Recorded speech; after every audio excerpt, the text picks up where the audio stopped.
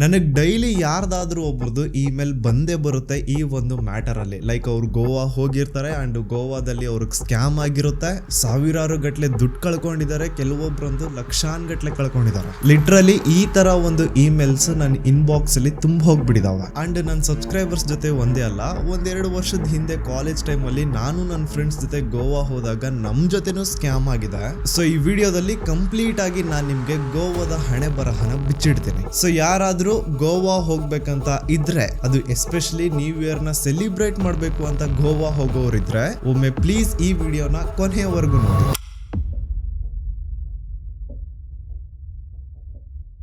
Okay, so ಮೊದಲನೇದಾಗಿ ನಾನು ನನ್ನ ಫ್ರೆಂಡ್ಸು ಗೋವಾ ಹೋದಾಗ ಎಲ್ಲಿ ಹೇಗೆ ಸ್ಕ್ಯಾಮ್ ಆದ್ವಿ ಅಂತ ಹೇಳ್ತೀನಿ. ಅದಾದ್ಮೇಲೆ ಸಬ್ಸ್ಕ್ರೈಬರ್ ಸ್ಟೋರಿನೂ ಹೇಳ್ತೀನಿ. ನಮ್ಮ ಜೊತೆ ಆಗಿರುವಂತಹ ಸ್ಕ್ಯಾಮ್ ಅಂತೂ ಇಟ್ಸ್ ಓಕೆ ಅಂತ ಹೇಳಬಹುದು, ಆದರೆ ನನ್ನ ಸಬ್ಸ್ಕ್ರೈಬರ್ ಜೊತೆ ಆಗಿರುವಂತಹ ಸ್ಕ್ಯಾಮ್ ಅಂತೂ ಲಿಟ್ರಲಿ ಶಾಕ್ಡ್ ಮೀ. ಸೊ ಒಂದೆರಡು ವರ್ಷದ ಹಿಂದೆ ನಂದು ಕಾಲೇಜ್ ಮುಗ್ದಿತ್ತು ಅಂಡ್ ನಾನು ನನ್ನ ಫ್ರೆಂಡ್ಸು ಗೋವಾ ಹೋಗ್ಬೇಕು ಅಂತ ಪ್ಲಾನ್ ಮಾಡ್ಕೊಂಡ್ವಿ. ನನ್ನ ಫ್ರೆಂಡ್ ಕಾರ್ ಇತ್ತು. ಸೊ ಬೆಂಗಳೂರಿಂದ ನಾವು ನೈಟ್ ಹೊರಟ್ರೆ ಗೋವಾಗೆ ಆಲ್ಮೋಸ್ಟ್ ಮಿಡ್ ನೈಟ್ ಟೈಮಲ್ಲಿ ರೀಚ್ ಆಗಿದ್ವಿ. ಸೊ ಇನ್ನೇನು ಗೋವಾ ಸಿಟಿ ಒಳಗಡೆ ಎಂಟರ್ ಆಗ್ಬೇಕು, ಅಲ್ಲಿ ನಮ್ಮನ್ನ ಗೋವಾ ಪೊಲೀಸ್ ಅವರು ತಡಿತಾರ. ಕಾರ್ ಅವತ್ತು ನಾನೇ ಓಡಿಸ್ತಾ ಇದ್ದೆ, ನನ್ನ ಹತ್ರ ಲೈಸೆನ್ಸ್ ಇದೆ, ಸೀಟ್ ಬೆಲ್ಟ್ ಕೂಡ ಹಾಕಿದೀನಿ, ರ್ಯಾಶ್ ಡ್ರೈವಿಂಗ್ ಇರ್ಲಿಲ್ಲ, ಓವರ್ ಸ್ಪೀಡಿಂಗ್ ಮಾಡಿರ್ಲಿಲ್ಲ ಅಥವಾ ಹಿಂದಿನ ಸಿಗ್ನಲ್ ಏನು ಜಂಪ್ ಮಾಡಿರ್ಲಿಲ್ಲ. ಟೋಟಲಿ ಯಾವುದೇ ತರ ಟ್ರಾಫಿಕ್ ವೈಲೇಷನ್ ಮಾಡದೆ ನೀಟಾಗಿ ಓಡಿಸ್ಕೊಂಡು ಬರ್ತಾ ಇದ್ದೆ. ಆದ್ರೂ ಸ್ಟಿಲ್ ಪೊಲೀಸ್ ಅವರು ನನ್ನನ್ನ ಹಿಡಿದ್ರು, ಗಾಡಿ ಸೈಡ್ ಹಾಕ್ಸಿದ್ರು. ನಾನು ಏನೋ ಬಿಡು ಜನರಲ್ ಚೆಕಿಂಗ್ ಏನಾದ್ರು ಇರಬಹುದು ಅನ್ಕೊಂಡ್ ಸೈಡ್ ಹಾಕ್ದೆ. ಅಂಡ್ ಒಬ್ಬ ಪೊಲೀಸ್ ಆಫೀಸರ್ ನನ್ನ ವಿಂಡೋ ಹತ್ರ ಬಂದು 1000 ರೂಪಾಯಿ ಫೈನ್ ಕಟ್ಟು ಅಂತ. ಐ ವಾಸ್ ಲೈಕ್, ಫೈನಾ? ಯಾಕೆ? ನಾನೇನ್ ಕ್ರೈಮ್ ಮಾಡಿದೀನಿ? ನನ್ನಿಂದ ಏನ್ ಟ್ರಾಫಿಕ್ ವೈಲೇಷನ್ ಆಗಿದೆ ಅಂತ ಆ ಪೊಲೀಸ್ ಆಫೀಸರ್ ಕೇಳಿದಾಗ ಅವನು ಜೊತೆಲಿದ್ದಂತಹ ಇನ್ನೊಂದು ಪೊಲೀಸ್ ಆಫೀಸರ್ಗೆ ತಂದೆ ಆದಂತಹ ಭಾಷೆ, ಐ ಗೆಸ್ ಮರಾಠಿಲೇನೋ ಮಾತಾಡಿ ಇವನೇನ್ ಟ್ರಾಫಿಕ್ ವೈಲೇಷನ್ ಮಾಡಿದಾನೆ ಅಂತ ಕೇಳ್ತಿದ್ದಾನೆ ಅಂತ ಮರಾಠಿಲಿ ಕೇಳಿದ್ದು. ಸೊ ಆ ಪೊಲೀಸ್ ಆಫೀಸರ್ಗೆ ನಾನು ಏನ್ ಟ್ರಾಫಿಕ್ ವೈಲೇಷನ್ ಮಾಡಿದೀನಿ ಅಂತ ಗೊತ್ತೇ ಇಲ್ಲ, ಸೀದಾ ಬಂದ್ಬಿಟ್ಟು 1000 ರೂಪಾಯಿ ಫೈನ್ ಕಟ್ಟು ಅಂತ ಕೇಳ್ತಿರೋದು. ಆಮೇಲೆ ಆ ಇನ್ನೊಬ್ಬ ಪೊಲೀಸ್ ಆಫೀಸರ್ ಹತ್ರ ಅವ್ನು ಮಾತಾಡ್ಕೊಂಡು, ಇಲ್ಲ ನೀನ್ ಲೇನ್ ಕ್ರಾಸ್ ಮಾಡಿದ್ಯಾ ಹಂಗಾಗಿ ಫೈನ್ ಕಟ್ಟು ಅಂತ. ನನ್ನ ಜೀವನದಲ್ಲೇ ನನ್ಗೆ ಅವತ್ತೇ ಗೊತ್ತಾಗಿದ್ದು ಲೈಕ್ ಲೇನ್ ಕ್ರಾಸ್ ಮಾಡೋದಕ್ಕೂ ಟ್ರಾಫಿಕ್ ಫೈನ್ ಬೀಳುತ್ತೆ ಅಂತ. ಬಟ್ ಯಾಕೋ ನನ್ನ ಸಿಕ್ಸ್ತ್ ಸೆನ್ಸ್ ನಾನು ಆ ತಪ್ಪು ಮಾಡಿದೀನಿ ಅಂತ ಒಪ್ಕೊಳ್ಳೋದಕ್ಕೆ ರೆಡಿ ಇರ್ಲಿಲ್ಲ. ಸೊ ನಾನೇನ್ ಮಾಡಿದೆ, ಹೆಂಗೋ ಫಾರ್ಚುನೇಟ್ಲಿ ಆ ಕಾರ್ಗೆ ಡ್ಯಾಶ್ ಕ್ಯಾಮ್ರಾ ಇತ್ತು. ಸೊ ರೆಕಾರ್ಡಿಂಗ್ ನ ಚೆಕ್ ಮಾಡಿದೆ ಅಂಡ್ ರೆಕಾರ್ಡಿಂಗ್ ನ ಕುತ್ಕೊಂಡು ನೋಡಿದ್ರೆ ನಾನು ಎಲ್ಲೂ ಲೇನ್ ಕೂಡ ಕ್ರಾಸ್ ಮಾಡಿಲ್ಲ, ನೀಟಾಗಿನೇ ಅಚ್ಚುಕಟ್ಟಾಗಿ ಗಾಡಿ ಓಡಿಸಿದೀನಿ. ಸೊ ಆ ರೆಕಾರ್ಡಿಂಗ್ ನ ಆ ಪೊಲೀಸ್ ಆಫೀಸರ್ಗೆ ತೋರಿಸಿದ್ರೆ ಏನ್ ಹೇಳ್ತಾನೆ, ಇಲ್ಲ ಇದ್ಯಾವುದೋ ಹಳೆ ರೆಕಾರ್ಡಿಂಗ್ ತೋರಿಸ್ತಾ ಇದೆಯಾ ನೀನು, ಇದು ಈಗಿಂದಲ್ಲ, ಇದು ಈ ರೋಡ್ದಲ್ಲ, ಹಂಗೆ ಹಿಂಗೆ ಅಂತ ಏನೇನೋ ಮಾತಾಡ್ತಿದ್ದ. ನಮ್ಗೆ ಅರ್ಥ ಆಗೋಯ್ತು, ಇವನ್ ದುಡ್ಡು ಕಿತ್ಕೊಳ್ಳೋದಕ್ಕೆ ನಿಂತಿರೋದ್ ಗುರು ಇಲ್ಲಿ ಅಂತ, ಹೋಗ್ಲಿ ಬಿಡು ಅಂತ ದುಡ್ಡು ಕೊಟ್ವಿ. ಸೊ ಗೋವಾದಲ್ಲಿ ಎಂಜಾಯ್ ಮಾಡ್ಲಿಕ್ಕೆ ಅಂತ ಬಂದಂತಹ ನಮ್ಗಳ ಜೊತೆ ಇನಿಷಿಯಲ್ ಸ್ಟೇಜ್ ಅಲ್ಲಿ ಆದಂತಹ ಸ್ಕ್ಯಾಮ್ ಇದು. ಇನ್ನು ಮುಂದೆ ಮುಂದೆ ಹೋಗ್ತಾ ಹೋಗ್ತಾ ತುಂಬಾ ಇದೆ. ಇನ್ನು ನಮ್ ಸಬ್ಸ್ಕ್ರೈಬರ್ ಜೊತೆ ನಡೆದಿರೋದಂತೂ ಕೇಳಿ ನಂಗೆ ಬೇಜಾರೇ ಆಗೋಯ್ತು. ಹಿಂಗೆಲ್ಲ ಇದೆಯಾ ಗೋವಾದಲ್ಲಿ ಅನ್ಸ್ಬಿಡ್ತು. ಅವ್ರ ಪಾಪ ನ್ಯೂ ಇಯರ್ ದಿನ ಸೆಲೆಬ್ರೇಟ್ ಮಾಡ್ಕೊಳಕ್ ಹೋಗಿ ಎಲ್ಲ ಹಾಳು ಮಾಡ್ಕೊಂಡ್ರು. ಹಾನೆಸ್ಟ್ ಆಗಿ ಹೇಳ್ತೀನಿ, ಫಸ್ಟ್ ಆಫ್ ಆಲ್ ನನಗೆ ಈ ನ್ಯೂ ಇಯರ್ ಸೆಲಿಬ್ರೇಷನ್ ಅನ್ನೋದೇ ಫಾಲ್ತು ಅನ್ಸುತ್ತೆ. ಸುಮ್ನೆ ಕುಡಿಯೋದಕ್ಕೆ ಎಂಜಾಯ್ ಮಾಡೋದಕ್ಕೆ ಒಂದು ರೀಸನ್ ಅಷ್ಟೇ. ನನ್ನ ಪ್ರಕಾರ ನಿಜವಾದ ನ್ಯೂ ಇಯರ್ ಸೆಲಿಬ್ರೇಷನ್ ಏನು ಅಂದ್ರೆ, ನೀವು ಸರ್ಟೆನ್ ಗೋಲ್ಸ್ ನ ಸೆಟ್ ಮಾಡ್ತೀರಾ. ಮುಂದಿನ ವರ್ಷ ನಾನು ಈ ಗೋಲ್ ನ ರೀಚ್ ಆಗ್ಬೇಕು, ನಾನು ಒಂದ್ ಸ್ವಲ್ಪ ದುಡ್ಡು ಸೇವ್ ಮಾಡ್ಬೇಕು, ಹೊಸ ಬೈಕ್ ತಗೋಬೇಕು, ಹೊಸ ಕಾರ್ ತಗೋಬೇಕು, ಇಲ್ಲ ಅಂದ್ರೆ ಒಂದು ಹೊಸ ಮನೆ ಕಟ್ಟಿಸ್ಬೇಕು, ಈ ತರ ಒಂದು ಗೋಲ್ಸ್ ನ ಸೆಟ್ ಮಾಡಿ ಆ ವರ್ಷದಲ್ಲಿ ಆ ಗೋಲ್ಸ್ ಅಚೀವ್ ಮಾಡಿದ್ರೆ ಆಗ ನೀವು ವರ್ಷದ ಕೊನೆ ದಿನ 31st ಡಿಸೆಂಬರ್ ನ ಸೆಲಿಬ್ರೇಟ್ ಮಾಡೋದ್ರಲ್ಲಿ ಒಂದು ಅರ್ಥ ಇರುತ್ತೆ. ಅದನ್ನ ಬಿಟ್ಟು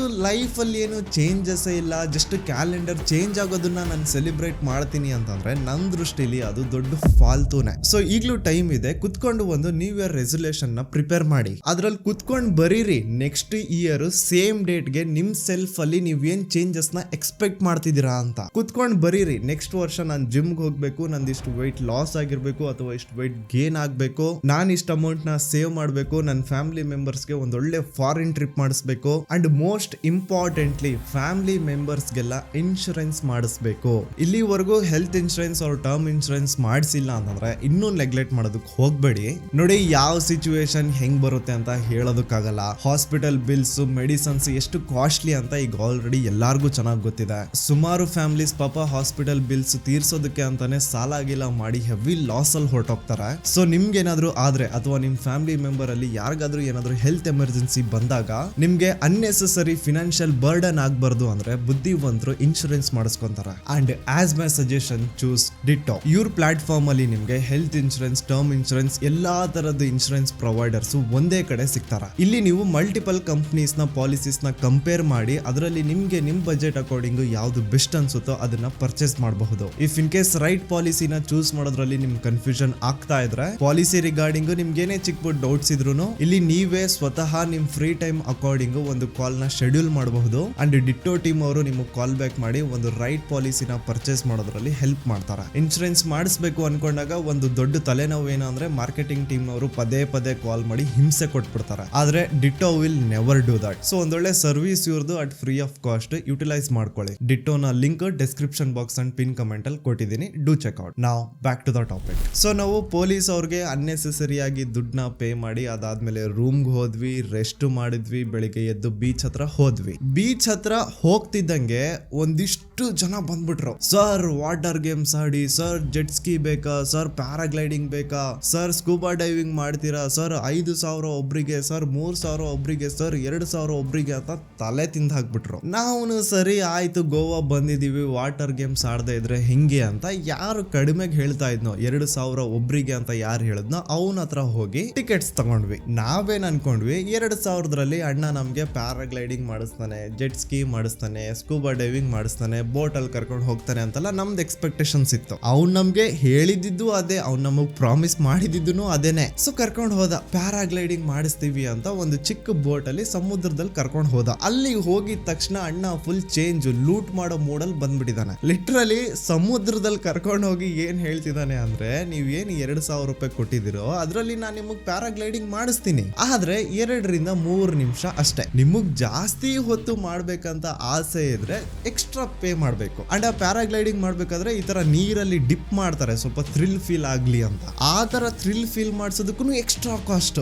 ನಾವು ಅಲ್ಲ ನೀನ್ ಇಲ್ಲಿ ಬಂದು ಎಲ್ಲದಕ್ಕೂ ಎಕ್ಸ್ಟ್ರಾ ಕಾಸ್ಟ್ ಕೇಳ್ತಾ ಇದ್ರೆ ನಾವಿನ್ನ 2,000 ಪೇ ಮಾಡಿರೋದು ಏಂತಕ್ಕೆ ಅಂತ ಸ್ವಲ್ಪ ಕ್ವಶನ್ ಮಾಡಿದ ತಕ್ಷಣ ತಗೋ ಸೀದಾ ಮೈ ಮೇಲೆ ಜಗಳಕ್ಕೆನೆ ಬರ್ತಿದಾರ. ಅವ್ರು ಒಳ್ಳೆ ನೋಡೋದಕ್ಕೂ ಒಳ್ಳೆ ರೌಡಿಗಳ ತರಾನೇ ಇದ್ರು. ನಮ್ಗೆ ಯಾಕಪ್ಪ ಬೇಕು ಇವ್ರುಗಳ ಜೊತೆ ಎಲ್ಲ ಜಗಳ ಅಂತ ನಾವು ಒಂದ್ ಹೆಚ್ಚು ಕಡಿಮೆ ರೇಟ್ ಮಾತಾಡಿ ದೆನ್ ಅದೇನು ವಾಟರ್ ಗೇಮ್ಸ್ ಆಡ್ಬೇಕಿತ್ತು ಆಡ್ಕೊಂಡು ಬಂದ್ವಿ. ಸೊ ಈ ವಾಟರ್ ಗೇಮ್ ಅನ್ನೋದು ಗೋವಾದಲ್ಲಾಗುವಂತಹ one of the most common scam ಇದು. ಲೈಕ್ ಈ ತರ ಗೋವಾದಲ್ಲಿ ಹೆಜ್ಜೆ ಹೆಜ್ಜೆಗೂ ಸ್ಕ್ಯಾಮ್ ಯಾಮಾರ್ಸೋದಕ್ಕೆ ರೆಡಿ ನಿಂತಿದ್ದಾರೆ. ಸೊ ಇದಿಷ್ಟು ನನ್ ಜೊತೆ ನನ್ನ ಫ್ರೆಂಡ್ಸ್ ಜೊತೆ ಆದಂತಹ ಸ್ಕ್ಯಾಮ್.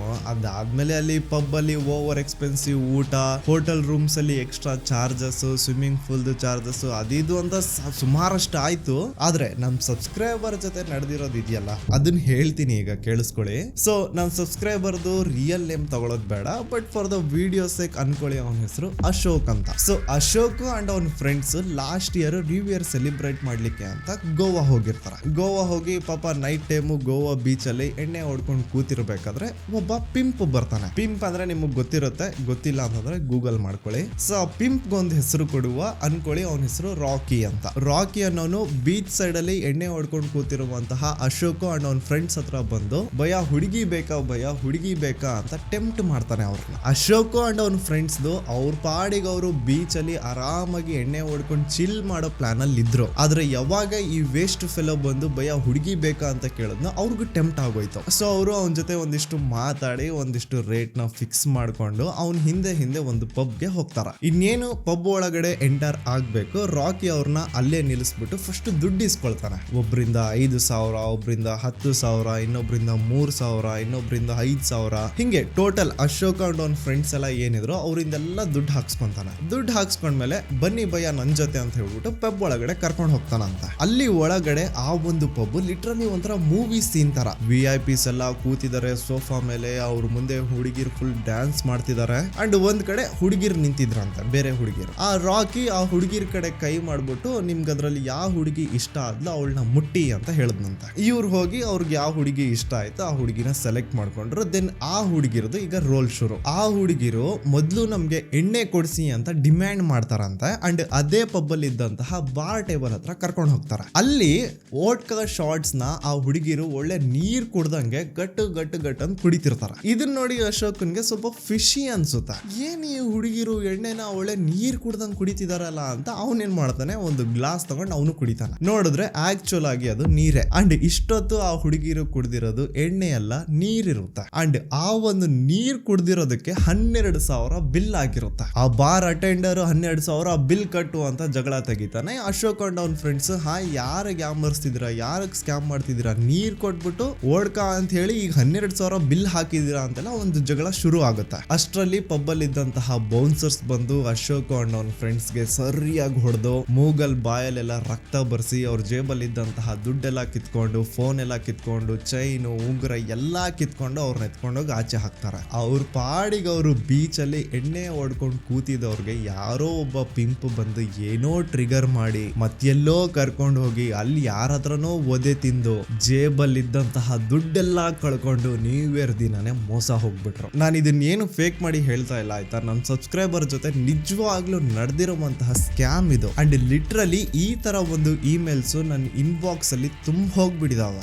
ಗೋವಾದಲ್ಲಿ ಈ ತರ ಒಂದು ಹನಿ ಟ್ರ್ಯಾಪ್ ಸ್ಕ್ಯಾಮ್ಸ್ ತುಂಬಾ ಅಂದ್ರೆ ತುಂಬಾ ಆಗ್ತಿದಾವೆ. ಹುಡುಗಿ ಆಸೆ ತೋರಿಸಿ ಲೂಟಿ ಮಾಡೋರು ಸಿಕ್ಕಾಪಟ್ಟೆ ಆಗ್ಬಿಟ್ಟಿದಾರೆ. ಅಂಡ್ ನಮ್ ಬಾಯ್ಸ್ ಸ್ಕ್ಯಾಮ್ ಆದ್ಮೇಲೆ ಹೋಗಿ ಪೊಲೀಸ್ ಸ್ಟೇಷನ್ ಅಲ್ಲಿ ಕಂಪ್ಲೇಂಟ್ ಕೊಡೋದಕ್ಕಾಗಲ್ಲ. ಸರ್ ನಾವ್ ಈ ತರ ಪ್ರಾಸ್ಟಿಟ್ಯೂಟ್ ಮಾಡ್ಲಿಕ್ಕೆ ಹೋಗಿದ್ವಿ, ಆದ್ರೆ ನಮ್ ಜೊತೆ ಈ ತರ ಸ್ಕ್ಯಾಮ್ ಆಗೋಯ್ತು, ನಮ್ಮ ಹತ್ರ ದುಡ್ಡು ಕಸ್ಕೊಂಡು ವಾಪಸ್ ಕಳಿಸ್ಬಿಟ್ರು ಅಂದ್ರೆ ಪೊಲೀಸ್ ಅವರೇ ಎಡ್ಬಿಟ್ಟು ಕಳಿಸ್ತಾರ. ಮಕ್ಕಳ ಗೋವಾ ಇದೆಲ್ಲ ಮಾಡ್ಲಿಕ್ಕೆ ಬರ್ತೀರಾ ಅಂತ. ಅಂಡ್ ಇನ್ನು ಎಷ್ಟೋ ಕೇಸಸ್ ಅಲ್ಲಿ ಪೊಲೀಸ್ ಅವ್ರಿಗೂ ಆ ಪಬ್ ಓನರ್ಸ್ಗೂ ಒಳ್ಳೆ ಕನೆಕ್ಷನ್ ಇರುತ್ತೆ. ಸೊ ನೀವು ಆ ಪಬ್ ಅಗೇನ್ಸ್ಟ್ ಕಂಪ್ಲೇಂಟ್ ಕೊಡ್ಲಿಕ್ಕೆ ಹೋದಾಗ ಅವ್ರು ಕಂಪ್ಲೇಂಟೇ ತಗೊಳಲ್ಲ, ಉಲ್ಟಾ ನಿಮ್ಗೆನೆ ಹೊಡೆದು ಬೈದು ಕಳಿಸ್ತಾರ. ಸೊ ನಾನು ಆಗ್ಲೇ ಹೇಳ್ದಂಗೆ ಈ ತರ ಗೋವಾದಲ್ಲಿ ಹೆಜ್ಜೆ ಹೆಜ್ಜೆಗೂ ಒಂದೊಂದು ಸ್ಕ್ಯಾಮ್ ಇದೆ. ನೀವು ಸ್ವಲ್ಪ ಕೇರ್ಲೆಸ್ ಮಾಡಿದ್ರಿ ಅಂದ್ರೆ ನಿಮ್ಮನ್ನ ಲೂಟಿ ಮಾಡೋದಕ್ಕೆ ಕಾಯ್ತಾ ಇರ್ತಾರ. ಅಂಡ್ ಫ್ಯಾಕ್ಟ್ ಏನು ಅಂದ್ರೆ ತುಂಬಾ ಜನ ಗೋವಾ ಹೋಗ್ತಾರೆ ಕಾಸ್ ಗೋವಾದಲ್ಲಿ ಚೀಪ್ ರೇಟ್ಗೆ ಎಣ್ಣೆ ಸಿಗುತ್ತೆ ಅಂತ. ಬಟ್ ರೀಸೆಂಟ್ಲಿ ಅದ್ರಲ್ಲೂ ಒಂದು ದೊಡ್ಡ ಸ್ಕ್ಯಾಮ್ ಹೊರಗ್ ಬಂತು.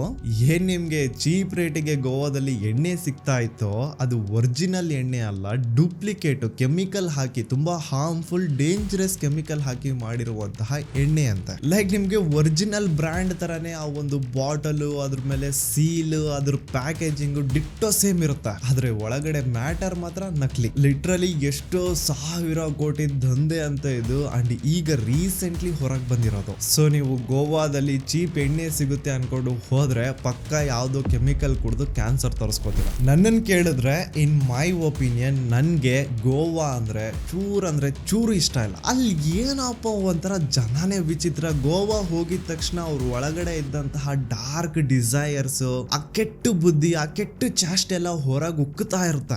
ಎಲ್ರು ಒಂಥರ ಎಂಜಾಯ್ ಮಾಡ್ಬೇಕು ಅಂತ ವಿಚಿತ್ರವಾಗಿ ಆಡ್ತಿರ್ತಾರ. ಯಪ್ಪ ನನ್ಗಂತೂ ಬೇಡ ಸ್ವಾಮಿ. ನೀವ್ ಯಾರಾದ್ರೂ ಗೋವಾ ಹೋಗ್ಬೇಕಂತಾದ್ರೆ ಹೋಗಿ, ನಾನೇನು ಬೇಡ ಅಂತಿಲ್ಲ, ನಿಮ್ ಒಪಿನಿಯನ್ ನಿಮ್ ಚಾಯ್ಸ್ ಅದು. ಬಟ್ ನಾನೇನು ಅಂತಂದ್ರೆ ಲೈಕ್ ನನ್ ಜೊತೆ ಆಗ್ಲಿ, ನನ್ನ ಫ್ರೆಂಡ್ಸ್ ಜೊತೆ ಆಗ್ಲಿ, ಅಥವಾ ನಮ್ಮ ಸಬ್ಸ್ಕ್ರೈಬರ್ ಜೊತೆ ಆಗ್ಲಿ ನಡೆದಿರುವಂತಹ ಸ್ಕ್ಯಾಮ್ಸ್ ಇಂದ ಒಂದ್ ಸ್ವಲ್ಪ ಹುಷಾರಾಗಿರಿ. ನಿಮ್ ಜೊತೆ ಅವೆಲ್ಲ ಆಗೋದು ಬೇಡ ಅಂತ. ಹುಡುಗರು ಗ್ರೂಪ್ ಮಾಡ್ಕೊಂಡು ಹೋಗ್ತಿದ್ದೀರಾ ಅಂತಂದ್ರೆ ನಿಮ್ಮನ್ನ ಪಕ್ಕ ಹನಿ ಟ್ರ್ಯಾಪ್ ಮಾಡೋದಕ್ಕೆ ಟ್ರೈ ಮಾಡ್ತಾರೆ. ಸೊ ಸ್ವಲ್ಪ ಹುಷಾರಾಗಿರಿ. ಅಂತದ್ರ ಕಡೆ ಎಲ್ಲ ಗಮನ ಕೊಡಬೇಡಿ. ಎಂಜಾಯ್ ಮಾಡೋದಕ್ಕೆ ಹೋಗಿರ್ತೀರಾ, ಬೇರೆ ವಿಷಯಗಳಲ್ಲಿ ಎಂಜಾಯ್ ಮಾಡಿ, ಹೆಣ್ಮಕ್ಳು ವಿಚಾರಕ್ಕೆ ಹೋಗ್ಬೇಡಿ.